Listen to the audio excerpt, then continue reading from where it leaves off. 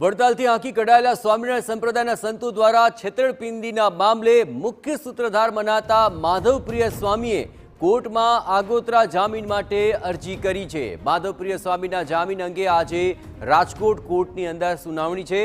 સ્વામિનારાયણના સંતો સહિત 8 શખ્સો સામે કરોડોની છેતરપિંડીનો ગુનો દાખલ થયો છે।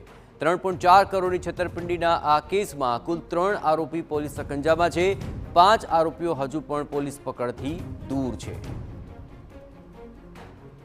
વધુ વિગતે વાત કરવા જોડાઈ રહ્યા છે ટીવી 9 સંવાદદાતા મોહિત આખરે આગોતરા જામીન માટે માધવપ્રિય સ્વામી કોર્ટમાં અરજી કરી છે। શું વધુ વિગતો?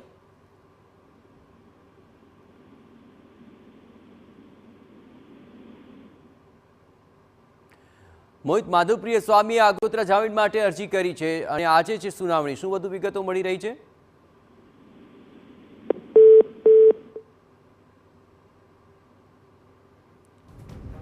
મોહિત સાથે વાત કરીએ પહેલા ખાસ આપણે જણાવીએ કે મુખ્ય સૂત્રધાર બનાતા જે તમામ લોકો છે તેમાં અત્યાર સુધી ધરપકડ જે થઈ તેમાંથી 3 લોકો સકંજામાં છે। કુલ 8 જેટલા શખ્સો આ સમગ્ર કરોડોની છેતરપિંડીના ગુનામાં સંડોવાયેલા છે।